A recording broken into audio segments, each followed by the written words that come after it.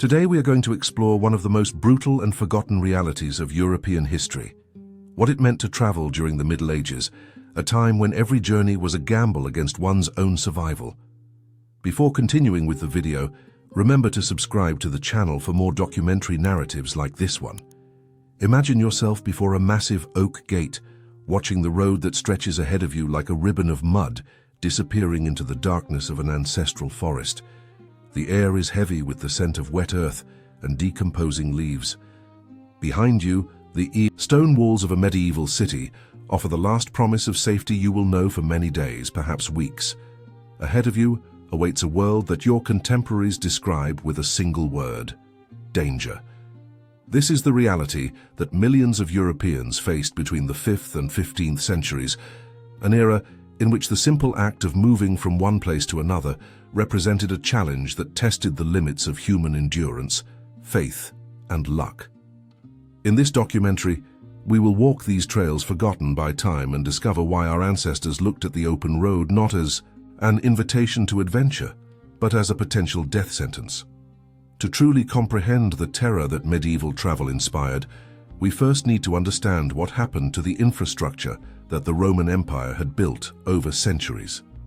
During its peak, Rome had woven an impressive network of more than 400,000 kilometers of roads that connected the most remote corners of the empire, from the British Isles to the shores of the Black Sea, from the coasts of North Africa to the Germanic borders. These were not simple dirt tracks but true masterpieces of engineering, built in multiple layers of stone, gravel and mortar, designed to drain rainwater and support the weight of entire legions on the march. Roman engineers had perfected techniques that would not be equaled in Europe for more than 1,000 years. When the Western Roman Empire finally succumbed in the 5th century, this maintenance system collapsed with it. The roads, which depended on constant care to preserve their drainage systems and paved surfaces, began to deteriorate rapidly. Drainage ditches became clogged with debris and vegetation, allowing water to seep into the carefully constructed foundations. The weight of wagons and animals, combined with freeze-thaw cycles, cracked the paving stones that no one else bothered to replace. In some regions, villagers desperate for building materials tore the stones from the roads themselves to erect their houses and churches. In others, vegetation simply swallowed the abandoned paths, transforming arteries of commerce and communication into moss-covered memories. The kingdoms that succeeded Rome often lacked the resources, knowledge or interest to maintain this heritage. Authority fragmented into hundreds of fiefs and principalities, each concerned only with its immediate territory. There was no longer an imperial administration to coordinate the maintenance of routes that crossed multiple jurisdictions. The result was that within a few generations, the proud Roman ways were transformed into skeletons of broken stone, partially swallowed by earth and vegetation. In addition to the degradation of Roman roads, most of medieval Europe simply did not possess roads in the sense we understand today. The trails that connected villages and towns were often little more than paths beaten down by repeated use, without any preparation or systematic maintenance. These trails followed the natural contours of the terrain, winding around obstacles instead of cutting through them as the Romans had done. They climbed and descended unnecessary hills, bypassed swamps and forests in ways that multiplied distances and travel times. In dry conditions, they offered difficult but possible passage. With the rains, they transformed into rivers of mud that made progress agonizingly slow, if not completely impossible.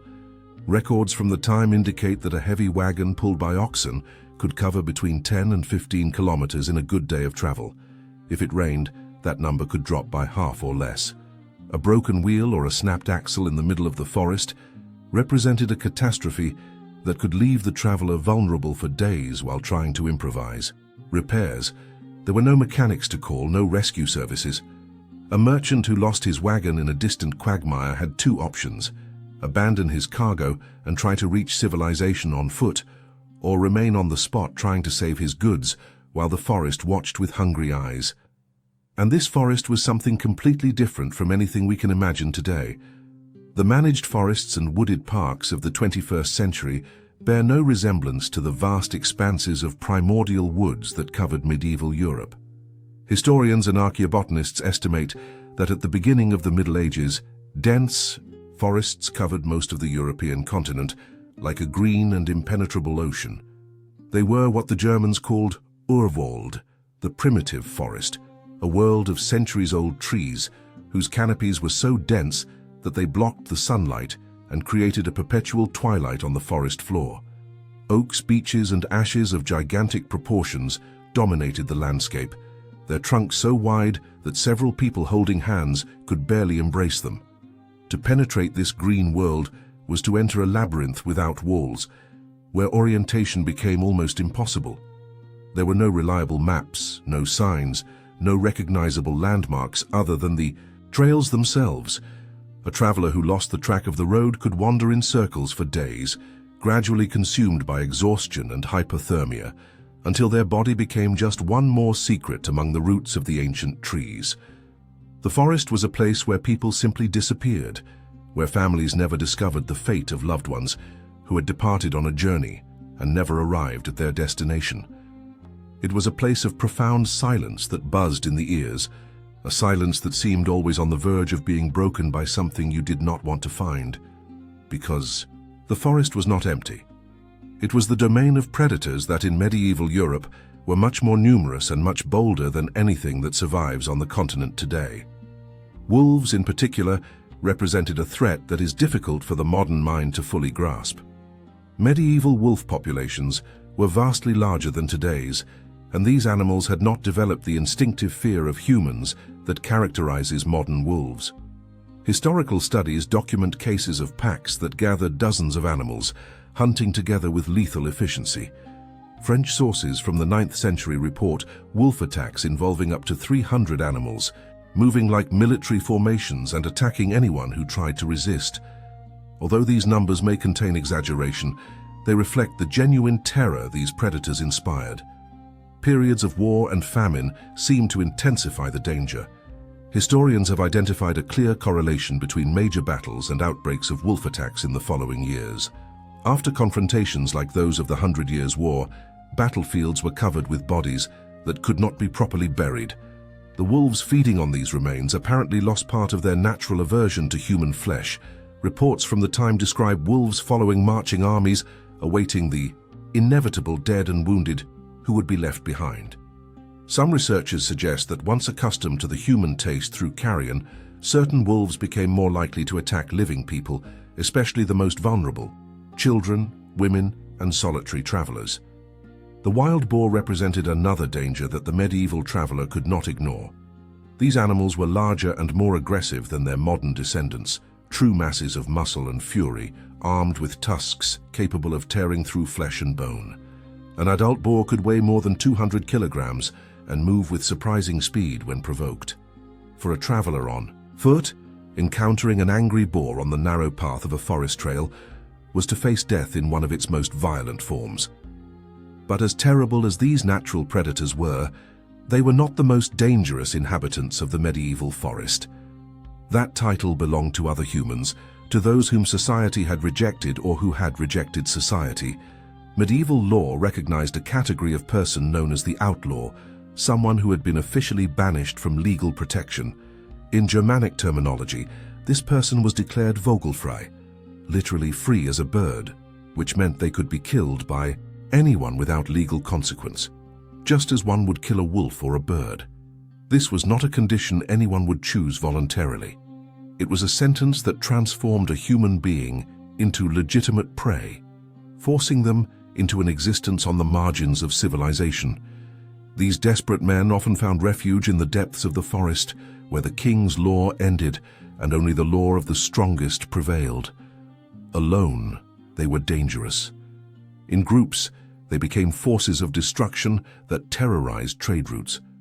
The bands of bandits that infested medieval roads were not simple opportunistic thieves. They were often veterans of wars, soldiers without employment after the end of conflicts, men trained in the use of weapons who now applied those skills for criminal purposes. They knew military tactics. They knew how to set ambushes, how to surround victims, and how to use the terrain to their advantage. Their methods were efficient and brutal. The most common technique was the ambush at choke points, places where the road passed through narrow gorges or crossed precarious bridges. The bandits would fell trees across the path, blocking the passage of wagons and knights. While the victims tried to bypass or remove the obstacle, the attackers would emerge from the surrounding vegetation, armed with swords, axes, bows, and any other weapon they could obtain. Resistance was often futile. A merchant with a few hired guards stood little chance against a dozen hardened criminals who knew every tree and every stone of that section of the forest. The most common result was the loss of the entire cargo, and travelers could consider themselves fortunate if they escaped with their lives. Merchants transporting valuable goods faced a cruel dilemma. Hiring armed guards was essential, but it represented a significant cost that reduced their profit margins. Furthermore, these mercenaries were notoriously fickle. Chronicles of the time record numerous cases of guards who switched sides when the bandits offered a larger share of the loot. A merchant might wake up one morning and discover that the men he had paid to protect him had decided overnight that it would be more profitable to rob him than to defend him. Betrayal was a constant companion on the road, and the wise traveler trusted no one they met outside the city walls. But common bandits were not the only human threat on medieval roads. In some regions, particularly in the Holy Roman Empire, a very different class of criminal operated with almost total impunity. These were the so-called robber knights, or Raubritter in German, members of the lower nobility who had turned extortion into a business model. These men did not see themselves as criminals. They considered themselves lords exercising their right to collect tolls from anyone crossing their lands. The problem was that these tolls had no imperial authorization, were often exorbitant, and refusing to pay resulted in immediate violence. The robber knights operated from small castles strategically positioned on cliffs overlooking important trade roads or on the banks of navigable rivers. When a caravan or a merchant boat passed, they would descend with their men-at-arms and demand payment. Those who refused were attacked, their goods confiscated, and they themselves were often taken prisoner for ransom. During the period known as the Great Interregnum, between 1250 and 1273, when the Holy Roman Empire was without a recognized emperor, the number of these extortion operations exploded dramatically. Trade along the Rhine River, one of Europe's most important commercial arteries, became almost impossible, stifled by dozens of illegal toll points. The situation became so intolerable that the commercial cities of the region formed the Rhenish League in 1254, an alliance dedicated to eradicating the robber knights. The tactic was simple: besiege their castles, capture them, and destroy their fortifications. Over the next 3 years, more than a dozen robber knight castles were destroyed or neutralized. When the interregnum ended and a new emperor took power, Rudolf of Habsburg continued the campaign with renewed vigor, burning castles and hanging the barons who occupied them. Although the problem was never completely eliminated, especially during prolonged conflicts like the 100 Years' War, the worst excesses of this era of anarchy the roads were never repeated on the same scale. Beyond the physical and human dangers lurking along the way, the medieval traveler carried another equally heavy burden: the psychological terror that the forest inspired in the medieval mind. For men and women of that time, the woods were not simply a neutral natural environment. They were a supernatural domain, a remnant of the pagan world that resisted the order imposed by the church. Medieval theology conceived the world as a constant struggle between the forces of light and darkness, between Christian civilization and primitive chaos. The city, with its churches and its sacraments, represented the sphere of God. The forest, with its impenetrable shadows and its inexplicable sounds, was the territory of the devil. Peasants firmly believed that demons, witches, and evil spirits inhabited the darkest recesses of the woods. Every branch that snapped under an invisible footstep, every shadow that moved on the periphery of vision, was interpreted as evidence of malevolent presences watching the unfortunate traveler.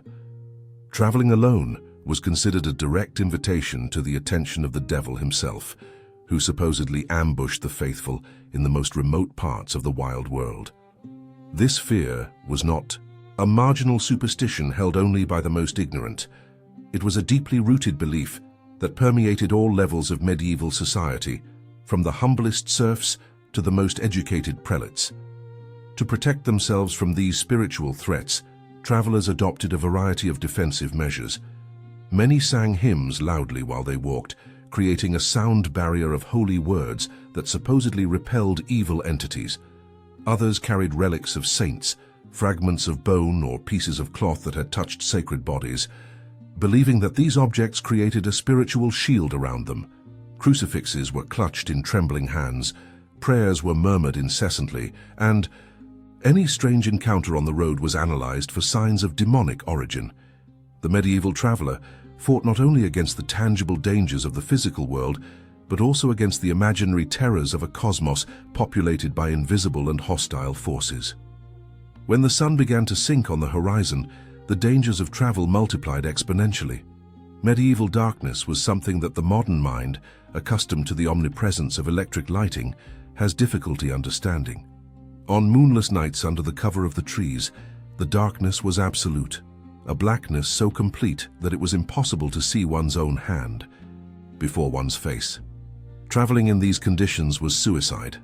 Even with torches, the light reached only a few meters around the traveler, creating a small circle of visibility surrounded by a void of darkness from which anything could emerge. The only safe option was to find shelter before nightfall, and that meant reaching a roadside inn. But these inns rarely offered the comfort and security that their names might suggest. The vast majority were little more than miserable huts, where exhausted travelers slept on straw infested with lice and fleas. Rooms, when they existed, were communal spaces, where strangers were forced to share beds to conserve heat. A traveler might wake up next to a coughing pilgrim, a drunken soldier, or a thief checking for loose purses to steal. Privacy was a non-existent concept, and the smell of unwashed bodies, smoke, and farm animals created a suffocating atmosphere that few moderns would tolerate. The food offered in these inns was often scarce and of dubious quality. The bread might be moldy, the meat might be in various stages of decomposition, and the beer was frequently watered down or sour. Prices varied according to the whim of the innkeeper, who had an effective monopoly over desperate travelers who had no other option. And there was always the possibility that the innkeeper himself was in league with local bandits, signaling to them when a particularly wealthy guest departed in the morning. Court records from the time show that such arrangements were not uncommon, and a prudent traveler slept with a dagger under their pillow and one eye always half open. In larger cities and along the most important trade routes, superior quality establishments existed. Some inns were run by religious orders or merchant guilds that maintained higher standards. These offered private rooms with doors that could be locked, meals prepared with fresh ingredients, and secure stables for the travelers' horses. But such luxuries came at a proportionally high price, accessible only to the most prosperous merchants, traveling nobles, or officials in the service of kings and bishops. For most common travelers, the miserable roadside inn was the only option available. Monasteries offered an important alternative for many medieval travelers. The Christian tradition of hospitality obliged religious communities to welcome pilgrims and travelers, offering them food, shelter, and, when necessary, medical care. For pilgrims traveling to sacred sites like Santiago de Compostela, Rome, or Jerusalem, a network of monastic guest houses stretched along the main pilgrimage routes. These institutions were often safer and cleaner than commercial inns, although their accommodations were equally Spartan. Guests were expected to participate in the community's prayers and to make donations according to their means, but no one was turned away for lack of resources. The weather was another implacable enemy of the medieval traveler. The European winter made travel almost impossible in vast regions of the continent. Snow covered the trails, obscuring the path and creating deadly traps for the unwary. Snowstorms could arise suddenly, disorienting travelers who found themselves miles from any shelter. The piercing cold was a silent killer that claimed lives during sleep, when exhausted travelers stopped to rest without adequate protection. Rivers froze, but the ice was not always safe enough to support the weight of people and wagons, and falls through icy surfaces resulted in quick death in the frigid waters below. The rains of spring and autumn transformed dirt roads into impassable swamps. Wagons sank to their axles in glutinous mud that seemed to have a will of its own, sucking wheels and hooves with irresistible force. Horses exhausted themselves trying to drag their loads through this sticky mass, and it was not uncommon for precious animals to die of exhaustion or injuries caused by extreme effort. Wooden bridges rotted without maintenance, collapsing without warning under the weight of unsuspecting travelers. River crossings depended on ferrymen who charged exorbitant prices and operated according to their own capricious schedules. Refusing to pay meant trying to swim across icy currents, a skill that few medieval people possessed. Communication practically ceased the moment the traveler left the city behind. A person who departed on a journey and did not arrive at their destination simply disappeared. There was no way to send messages, no way to track their whereabouts, no organized search expeditions to scour the vast expanses of forest for a single missing individual. The historical records are full of silent gaps, people who set out on journeys and were never seen or heard from again, whose fates remained eternal mysteries to their families and communities. A scream in the forest was swallowed by moss and wind, heard only by the crows patiently awaiting their next meal. The king's law ended at the city gates, and beyond that line, chaos reigned supreme. There were no police, patrols, no mobile courts, no representation of central authority in the vast stretches between population centers. Every traveler was essentially responsible for their own safety, their own justice, their own survival. The strong thrived, the weak perished. It was a form of brutal natural selection that shaped the character of those who dared to venture onto the roads, hardening the survivors and eliminating those who could not adapt to the implacable demands of the journey. It is precisely why the sight of a city wall or a castle tower provoked such profound relief in the medieval traveler. Those stone structures represented everything the forest was not: order, law, protection, civilization. The city was a beacon of light in a sea of darkness, a fortress of humanity against the encroachment of the wild. Crossing the gates of a city after days or weeks on the road was a rebirth, a resurrection into the world of the living after a journey through the valley of the shadow of death. It was no coincidence that travelers often headed immediately to the nearest cathedral or church to offer prayers of thanks for their safe arrival. Every destination reached was a small miracle, a victory, against overwhelming odds. The merchants who made their fortunes in medieval trade were in many respects the bravest individuals of their era. Repeatedly, they faced the dangers of the road, transporting silks, spices, fabrics, and other valuable goods through hostile territories. They calculated risks, hired guards, planned routes, and yet they knew that every trip could be their last. Their profits reflected the risks they took. The high price of exotic goods in medieval fairs and markets was not just the cost of the goods themselves, but also the risk premium charged by those willing to risk their lives to bring them from distant lands. The pilgrims who traveled to sacred sites were motivated by a combination of burning faith and often desperation. Many embarked on pilgrimages in the hope of a cure for incurable diseases or as penance for sins that weighed on their consciences. They accepted the dangers of the journey as a necessary part of their spiritual ordeal, seeing in the difficulties faced a form of purification that would make them worthy of the blessings they sought. For them, every obstacle overcome was proof of their devotion. Every danger avoided a demonstration of divine protection. Those who died on the way were considered martyrs of their faith, destined for a special place in paradise. Royal and ecclesiastical messengers formed another class of frequent travelers, carrying crucial communications between courts and dioceses. These individuals traveled with the greatest speed possible, risking night roads when the urgency of their missions so required. They enjoyed certain legal protections, but such documents offered little protection against bandits or wolves. The experience of traveling in the Middle Ages left deep marks on the collective psychology of European civilization. The stories and legends that emerged from this period are filled with dark and threatening forests with dangerous roads where evil lurks at every turn.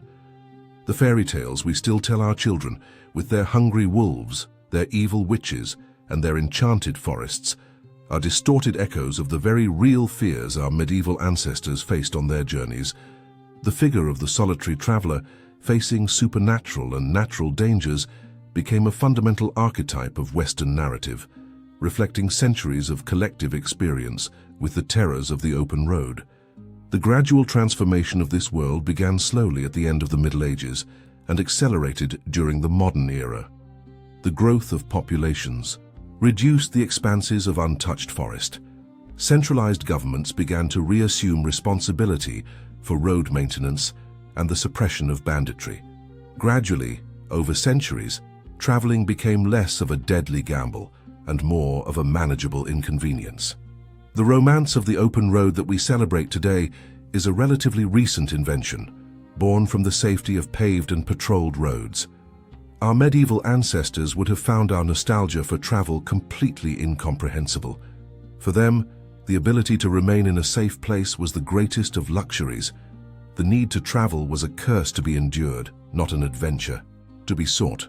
And so when we imagine that medieval merchant we contemplated at the beginning of this narrative, we can now understand what weighed on his heart as he looked into the darkness of the forest stretching before him.